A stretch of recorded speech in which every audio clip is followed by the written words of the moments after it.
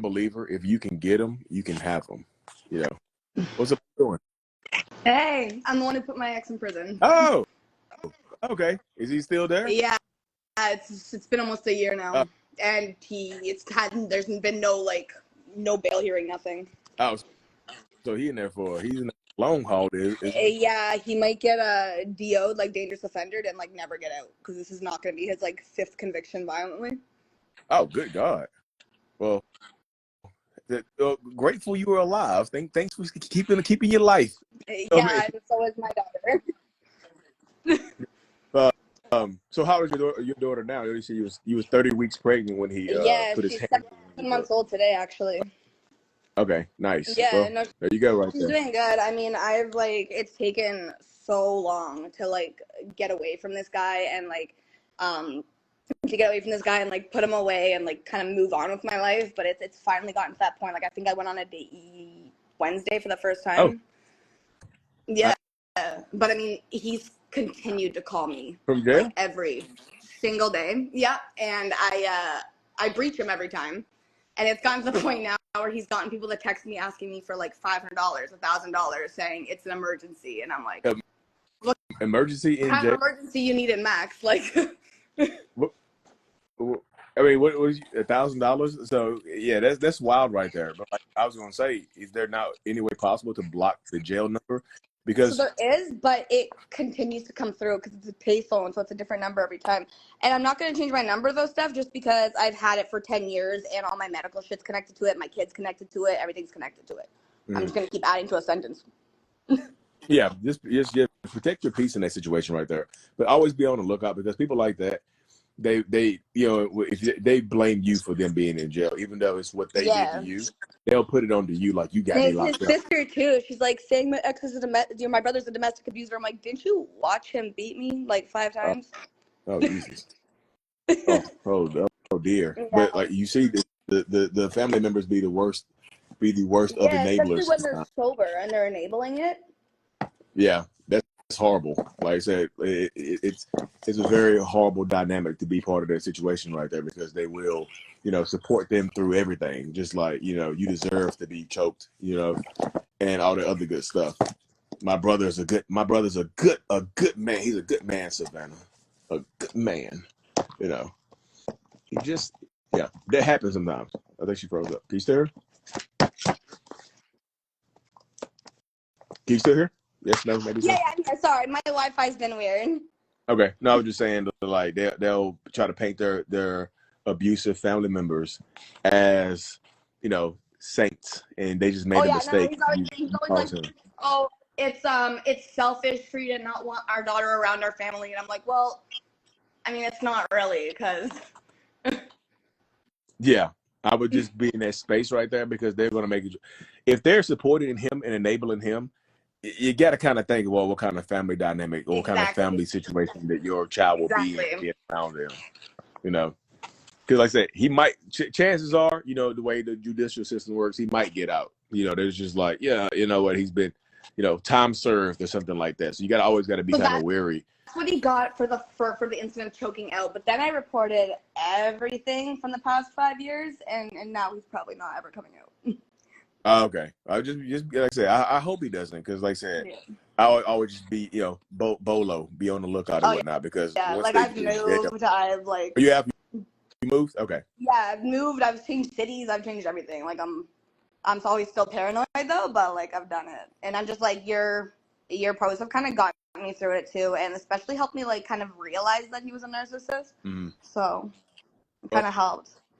Yay! I'm happy to help because in that spot right there, it just always like you just. I mean, I know they do victim updates and whatever. So if he did, they tell me every time he has a remand or something. Okay. Yeah, because it's crazy he still calls you and stuff like that. Because like the more he does that type of stuff. But yeah, somebody comment in the comment section that do not trust the family, because if you somehow try to get on their side, they'll give him your address if they get it. 100%, and they'll never have it either. Like the courts, like even the courts know to like keep my address as my lawyer's office and not as an actual address. Okay. Yeah, because that's good right there. Because people like that, they are dangerous. They are dangerous as hell, and they will abuse the system to come back and try to get you. because they blame you for what they are. It's just like, you put me here, you know. So every day, you know, have you seen those movies? And then when they in jail, they put the little tally marks on the wall to count how many days they've been in there. Yeah. He's in a tally mark, and you know. Probably the wall's covered now. Yeah, he's in that furious day 25. He's that mad as hell. So just like, yeah, always just be careful in those situations right there. Like, Oh yeah. Yeah, I know. I mean, it's been difficult, but I've been kind of holding my ground, and it's been a lot of work healing, but it's also like made things a lot better, because now it's like I'm blocking people over nothing. Like, someone said they did drugs 2 years ago, blocked. I don't want to deal with it. Like, someone says you were in jail 5 years ago. I don't give a fuck. You might deserve a second chance. It's not gonna be me. But like, yeah, it can make you coming out of one of these toxic relationship dynamics, especially one that could almost cost you your life, can make you super hyper vigilant against other people. Yeah. You know? Yeah, I know, and it's I don't know. You've been truly helpful, and it's weird that I finally got this opportunity to actually speak to you. Yay! I appreciate you hopping on here and chatting and whatnot. Yes, thank you so much. No, have a good rest of your day, night, evening. Bye. Yeah. I like chat. I like chatting with people, y'all. So I'll keep doing more of these. I like getting here, hopping on here. Like I said, I could do a couple of more because it's kind of late. It's a school night, but I'll hop on here, and like I said, if y'all hop in on the live, just so you know, I do post these on YouTube. So if you don't want to be posted on YouTube, don't turn your camera on. You can, like I said, you can do voice. So I've been looking at the queue real quick. Yeah, we can come up, hop on, ask it. We can chat a little bit. Like I said, not too long, because everybody, I want to get through a lot of these if possible, y'all. So I'll hop on here. Can you hear me? Hi. What's up? How you doing today? Terribly. Damn. Do you have, I guess, any advice for someone who, so my husband, he's not violent. He never gets violent, and he never yells, but he harbors so much resentment, and the way he showcases that is he stares through me. Mm-hmm. He looks past me. So if he has some reason to be upset with me, it doesn't matter what it is. It could be dinner, or it could be the fact that I know that he had been cheating on me for the past year. I just found that out certain. So if I bring something up and I'm calm, cool, and collected, he stares at me or will just glance past me until I lose my temper or raise my voice, and then I can never talk to you because you're so mad all the time. I can't express my feelings because you're so angry all of the time. Mm-hmm. But we'll go hours and he'll stare past me. Mm-hmm. And I just don't I don't know what the best recourse is to that, other than just like walking away. Do you have any advice for somebody in the moment? So in those types of situations right there, so actually on my YouTube channel tomorrow, I actually have a video going up about, it's literally titled "The Eyes of a Narcissist," and it kind of goes into detail about what you're experiencing right now, because when he's doing that type of stuff, he's been intentionally antagonistic. He's trying to conjure up those reactions from you to have an excuse to justify his behaviors. You know, you see, I can't talk to you, so that's why I cheated on you. You know, we can never have, our communication sucks, so I had to communicate with somebody else. So I'm always telling people, like, in these types of situations, learning how to control your reactions is a superpower. It really, really is, because like, they want you to react, and like I say, they want to stare through you in order to try to take you down a notch, to make you uncomfortable. You know, in order to just bring, like, a lot of times it can be intimidating. You know, they can just try to beat you down with their eyes. They don't have to say a word. They can, you know, and some people, I mean, he's not physically violent, but that's they can be considered emotional violence right there, because it's playing with your mind. You know, some people will do that type of stuff right there. I never hit you. I never did anything to you, but look how you reacted. So, but in that space right there, because he can't talk to you about the cheating, I don't think that will get any better right there. So that, like I said, I don't unless there's like some physical stuff going on.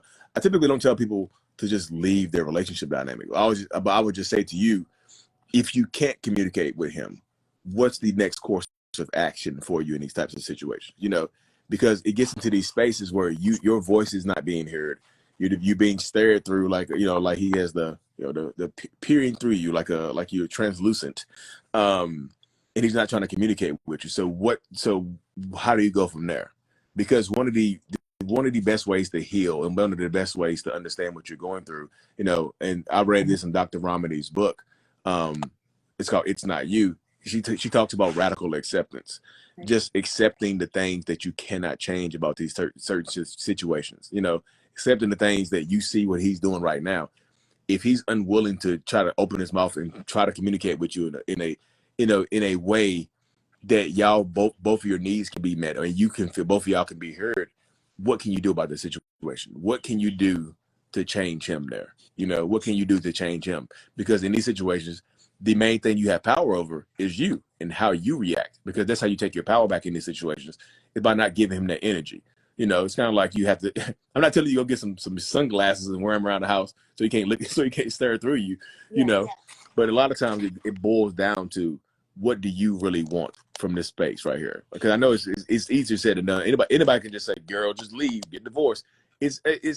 Yeah. Could that be could that be the pathway you end up going? Yeah, possibly. But that's a choice that you have to make. That's a decision that you have to make by considering all options for you right now. Because if he's not willing to change or be remorseful or try to, to stop the affairs and stuff like that, typically they just expect you to just take that. You can't communicate. You get so angry. I can't talk to you. So do I talk to some other people? It's so crazy because I'm Canadian and we moved down from Canada to Florida. Okay. And so now when he finally, like every once in a million years, he actively communicates with me, he'll say things like, you were just so big up north. And I'm still waiting on my permanent residency. So I really don't have many options right now, which makes it so much worse because I'm essentially like a prisoner here, which sucks. And he'll just say things like, you were so big up north that I thought I had to make myself small. And so maybe I want you to be small. And maybe I wanted to hurt you so that you're small. But then he'll say things like that and then go dead silent again. So like, it's difficult for me to not understand that like the vindictiveness and the viciousness is right there. And then he'll ask me to leave knowing that he's taken the money, now we're in debt, everything, so that I can't get back up north. And then he'll turn around one day and say, how do you feel about moving to Vegas? We got a job offer in Vegas. We're photographers. We got a job offer in Vegas. Would you ever consider that? I don't know if I want to do that with you. So it's like those little like tidbits of like, and it's so crazy because I've been trying to educate myself on narcissism, and I am a big person, and I think I'm fairly intelligent, and I try to get ahead of the game, and it's just the sheer cruelty. Yeah. He knows exactly what he's doing, and he's stuck me in a position where I can't do anything. So at this point, I'm just kind of grasping at straws to like hold my sanity, I guess. Yeah, and that's why I just feel like in these relationship dynamics that you're experiencing right now, you have to find your, there used to be an old beer commercial. I think it was Miller Lite or whatever, Miller High Life. It was an old commercial like, find your beach. You have to find a way to kind of separate from the situation to give yourself some peace. Right. Like, what do you do? What do you do for yourself? Where do you find peace and solitude at? I know you live in Florida, but I don't know what part of Florida you live in. You don't have to say it, but like, not a good part. Okay, I was saying lots of parts of Florida. Ugly. yeah. So in these spaces right here, where you have a person who's being intentionally antagonistic, which he's doing, like he said it. It sounds like he's on a revenge tour right now because I used to feel so small in Canada, but look at you now. That sounds like the Wicked Witch of the West right there. That's kind of crazy to say that type of stuff right there, to say it out loud, because he feels like you're in a space right now where he's in complete control. But that's not how it is. I mean, that's how it might seem right now, but that's not how it always has to be. That's why I'm saying giving yourself that reprieve and giving yourself some space every day to get away from him. Right. Finding a place that you can have some peace to think and to make a plan out, a plan of action, to ask yourself, like, what do I want in life? And can this person provide it for me? If not, what do I do? So you give yourself a chance right there to have something to look forward to, because when you right now, you can kind of hear it in your voice. You feel like you don't have anything to look forward to, and that sucks.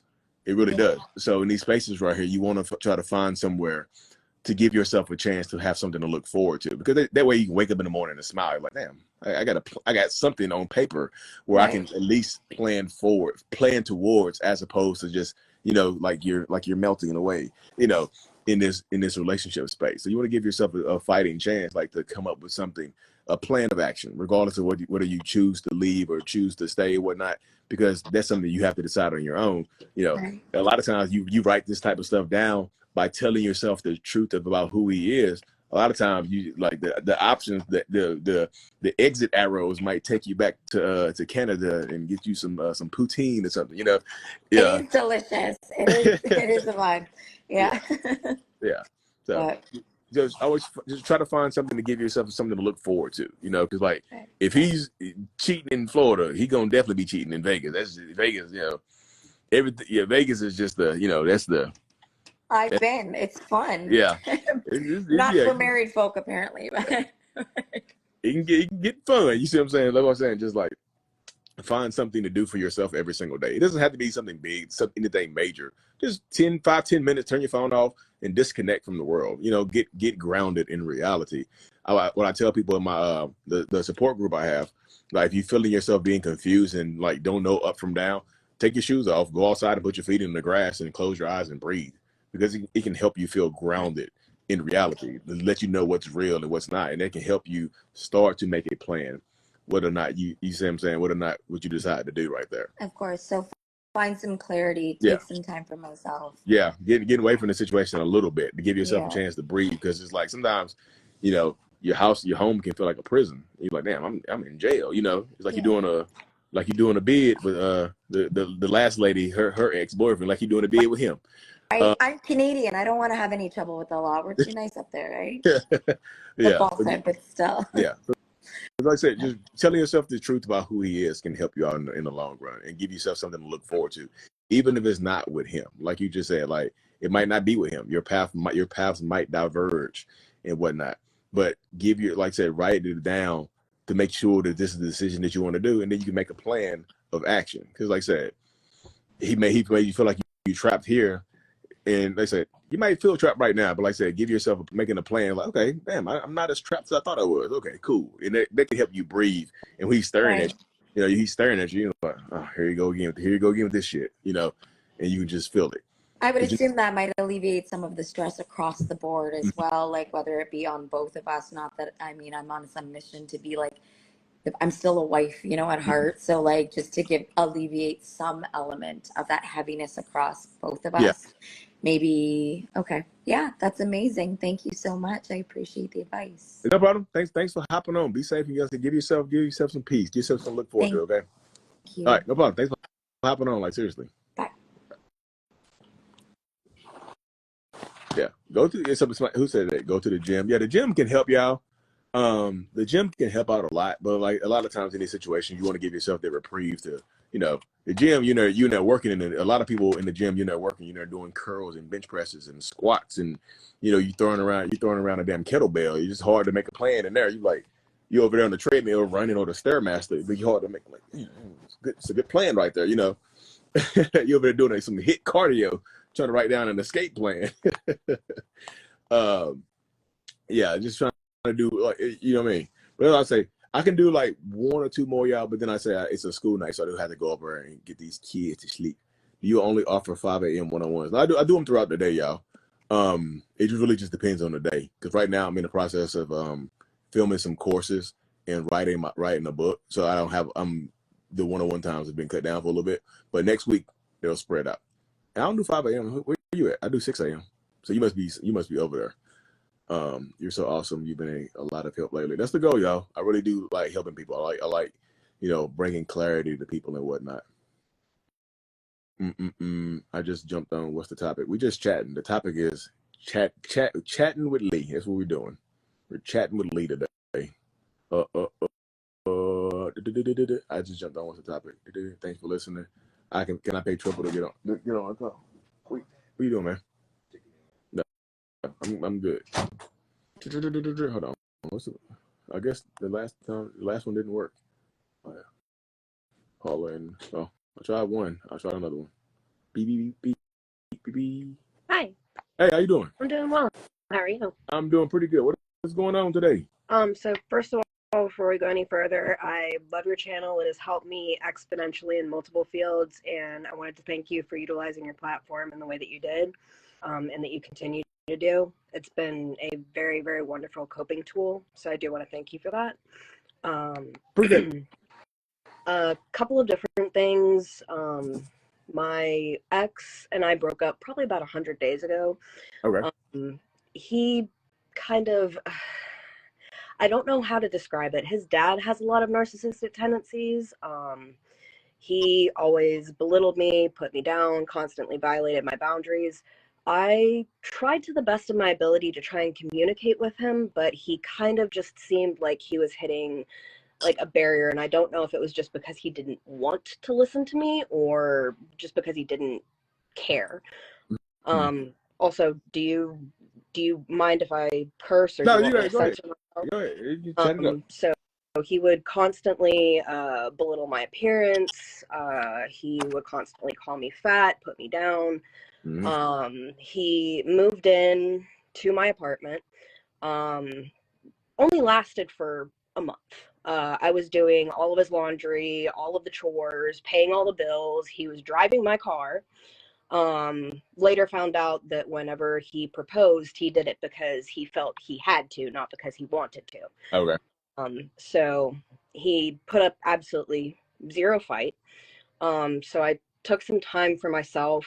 I was the one that said he sent $1 when I wouldn't talk to him. Okay. Yeah. And then he got mad because I didn't respond to him. He sent me the $1 when he knew that I would be off work. Didn't respond to me. I didn't respond at all. He got furious, raged, requested for the $1 back, and then tried to take all my social medias down when I spam reported his account for sending me $1 because he owes me $600. Okay. Not $1, but that's besides the point. So, yeah, that's pretty much just, I'm just trying to understand what's going on in his brain, more or less.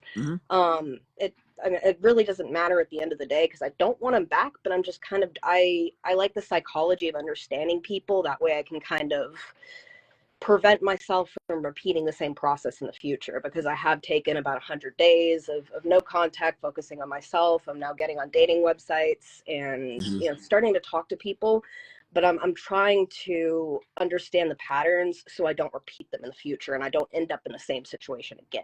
Okay. So with him in particular, I would ask, so did he have a job or did he not have a job? Yes. He did? When he had moved in with me, I told him, hey, we're moving in together. Your job's like an hour and a half away. You're going to be driving my car. It would make a lot of sense for you to make a job or get a job closer to home so that you're not driving my car. My car is not in the best condition. So he's like, yeah, I had to fill out job applications for him. Okay. Yeah. Okay. So in that situation right there, when you, like, I would say this kind of warning signs when you're dealing with somebody that might be emotionally immature, if you ever feel like you're parenting your partner, that is kind of red flaggy, because like if you have to fill out job applications, if you have to let him drive your car to said places, that's not really like he's not invested in it. It's kind of like he's wanting you to do that. He's wanting you to kind of take care of him in those types of situations. But the crazy thing about it is, when you are in a position to take care of them and to help them out, they resent you for that.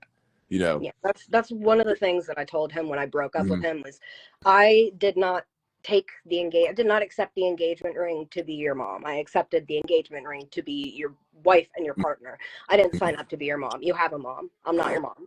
Yeah. So, but he just sat there and basically said nothing. He was just like, okay.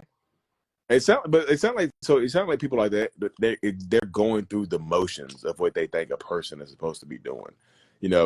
When you said he got engaged to you because he felt like he had to, that's like somebody going through the motions of what they think a human is supposed to be doing. Like, I'm supposed to get married, But again, it just doesn't seem like he was super, just being realistic, super invested in trying to, take the next steps and moving forward and things like that, just because of who he was.